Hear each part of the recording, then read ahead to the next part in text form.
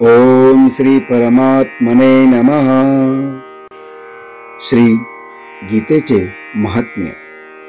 वास्तविक श्रीमद भगवद्गीतेचे महत्त्व शब्दांनी वर्णन करणे कोणालाच शक्य नाही, कारण हा एक अत्यंत रहस्यपूर्ण असा ग्रंथ आहे। यात सर्व वेदांचे तात्पर्य सांगितलेले आहे। यातील संस्कृत भाषा इतकी सुंदर व सरळ आहे की थोड्याशा अभ्यासाने माणूस ती सहज जाणू शकतो। या ग्रंथाचा आशय इतका सखोल आहे की जन्मभर सतत अभ्यास करीत राहूनही त्याचा आपल्याला थांग पत्ता लागत नाही। नेहमीच नवनवे भाव उत्पन्न होत राहतात, त्यामुळे ही नेहमीच नवी वाटते। तसेच नेहमी श्रद्धा व भक्तियुक्त अंतःकरणाने एकत्र होऊन विचार करू लागल्यास यातील प्रत्येक शब्दात मोठे रहस्य दडल्याचे प्रत्यक्ष अनुभवाला येते। भगवंताचे गुण, प्रभाव आणि मर्म यांचे वर्णन ज्या रीतीने गीता शास्त्रात केले गेले आहे तसे इतर ग्रंथांमध्ये सापडणे कठीण आहे, कारण इतर ग्रंथांमध्ये बहुतेक काही ना काही सांसारिक विषय आढळतात, पण भगवंतांनी श्रीमद भगवद्गीता रूपी एक असे अनुपम शास्त्र सांगितले आहे की ज्यात सदोपदेशा व्यतिरिक्त एकही शब्द नाही। श्री वेदव्यासांनी महाभारतात गीतेचे वर्णन करून झाल्यावर असे म्हटले आहे, गीता सुगीता कर्तव्या किमन्नै शास्त्र विस्तरै या स्वयं पद्मनाभस्य मुखपद्माद विनिसृतः। गीता सुगीता करण्याजोगी आहे, म्हणजे गीता उत्तम प्रकारे वाचून तिचा अर्थ आणि भाव अंतःकरणात साठवणे हे आपले मुख्य कर्तव्य आहे, कारण ती स्वतः पद्मनाभ भगवान श्री विष्णूंच्या मुखकमलातून प्रकट झाली आहे। मग इतर शास्त्रांच्या फापट पसाराची जरूरच काय? स्वतः श्री भगवंतांनीही हिच्या महत्वाचे वर्णन केले आहे। अध्याय क्रमांक 18 श्लोक 68 ते 71 मध्ये सांगितले आहे, कोणत्याही वर्णाच्या व आश्रमाच्या प्रत्येक माणसाला गीता शास्त्र अभ्यासण्याचा अधिकार आहे, मात्र त्याची भगवंताच्या ठिकाणी भक्ती व श्रद्धा अवश्य असली पाहिजे, कारण स्वतः भगवंतांनी आपल्या भक्तांमध्येच याचा प्रचार प्रसार करण्याची आज्ञा दिली आहे। तसेच कुणीही भगवत परायण झाले असता मोक्षाला जातात। ज्याच्या त्याच्या स्वभावानुसार कराव्या लागणाऱ्या कर्मांनीच माझी पूजा केली असता माणूस परमसिद्धीला प्राप्त होतो। या सर्व गोष्टींचा विचार केला असता एक लक्षात येते की परमात्म्य प्राप्तीचा सर्वांना अधिकार आहे, परंतु या विषयाचे मर्म न कळाल्यामुळे ज्यांनी केवळ गीता हा शब्द ऐकला आहे असे कित्येक जण म्हणतात की गीता केवळ संन्याशांसाठीच आहे।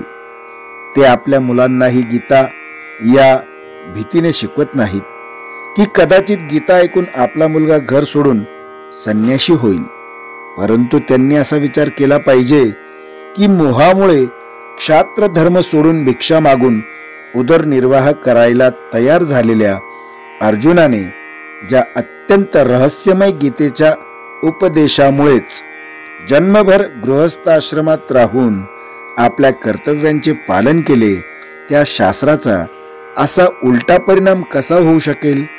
म्हणून आत्मकल्याणाची इच्छा करणाऱ्या माणसांनी मोह सोडून अत्यंत श्रद्धा भक्तिपूर्वक आपल्या मुलांना अर्थ व भावासहित ही गीता शिकवावी।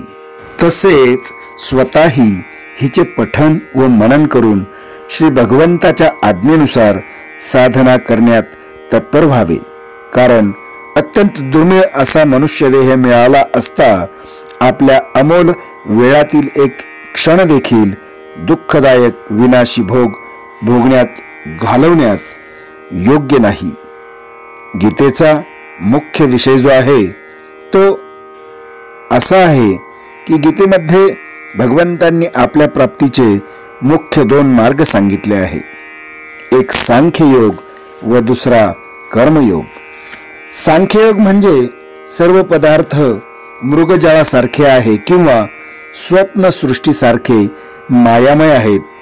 त्यामुळे मायेचे कार्य जे सर्व गुण तेच गुणात वावरत आहेत असे समजून मन, इंद्रिये आणि शरीराच्या द्वारा होणाऱ्या सर्व कर्मात मी करता हा अभिमान सोडून देणे, तसेच सर्वव्यापी सच्चिदानंद घन परमात्म स्वरूपात नित्य एकरूप राहून एका सच्चिदानंद घन वासुदेवाशिवाय अन्य कोणाचेही आपण असल्याची भावना मनात न ठेवणे ही सांख्ययोगाची साधना होय. थोडक्यात भगवंताशिवाय दुसऱ्या कुणामध्येही न गुंतणे, फक्त भगवंताचं चिंतन करणे, नामस्मरण करणे म्हणजे सांख्ययोग. दुसरा जो आहे तो कर्मयोग. सर्व काही भगवंताचे समजून यशापयशात समभाव ठेवून आसक्ती व फळाची इच्छा सोडून भगवंताच्या आज्ञेप्रमाणे सर्व कर्म किंवा सर्व काम ही केवळ त्यांच्यासाठीच करीत राहणे. तसेच श्रद्धा, भक्तिपूर्वक मन, वाणी आणि शरीराने सर्वस्वी भगवंतांना शरण जाऊन त्यांचे नाम, गुण आणि प्रभावासह त्यांच्या स्वरूपाचे अखंड चिंतन करणे ही कर्मयोगाची साधना होय. दोन्ही साधनांचा परिणाम एकच असल्यामुळे वास्तविक त्या एकरूप मानल्या गेल्या आहेत, परंतु साधना काळात त्यांच्या अधिकाऱ्यात फरक असल्यामुळे दोन्ही मार्ग वेगवेगळे सांगितले गेले आहे. गंगेवर जाण्याचे 2 मार्ग असले तरी एक मनुष्य जसा दोन्ही मार्गांनी एकाच वेळी जाऊ शकत नाही, त्याप्रमाणे एकच माणूस वरील 2 मार्गांनी एकाच वेळी साधना करू शकत नाही.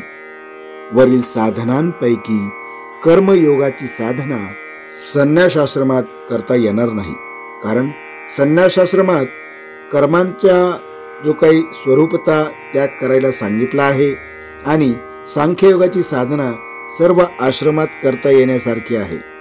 जर असे म्हणाल की भगवंतांनी सांख्ययोगाला संन्यास नाव दिले आहे, संन्यासाश्रमातच ही साधना करता येईल, गृहस्थाश्रमात नाही, तर हे म्हणणे बरोबर नाही. कारण 2ऱ्या अध्यायात श्लोक क्रमांक 11 ते 30 पर्यंत जी सांख्यनिष्ठा सांगितली आहे तीनुसारही भगवंतांनी वेळोवेळी अर्जुनाला युद्ध करण्याची पात्रता दाखवली आहे. जर गृहस्थांना सांख्ययोगाचा अधिकार नसता तर भगवंतांनी हे कसे सांगितले असते? हे वैशिष्ट्य जरूर आहे की सांख्य मार्गाचा अधिकारी देहाभिमान रहित असला पाहिजे. जोवर शरीराविषयी अहंभाव आहे तोवर सांख्ययोगाचे साधन नीट लक्षात येणार नाही. म्हणून भगवान सांख्ययोग कठीण आहे असं म्हणतात. तसेच कर्मयोग साधन सोपे असल्यामुळे अर्जुनाला जागोजागी सांगितले आहे की तू नेहमी माझे चिंतन करीत कर्मयोगाचे आचरण कर.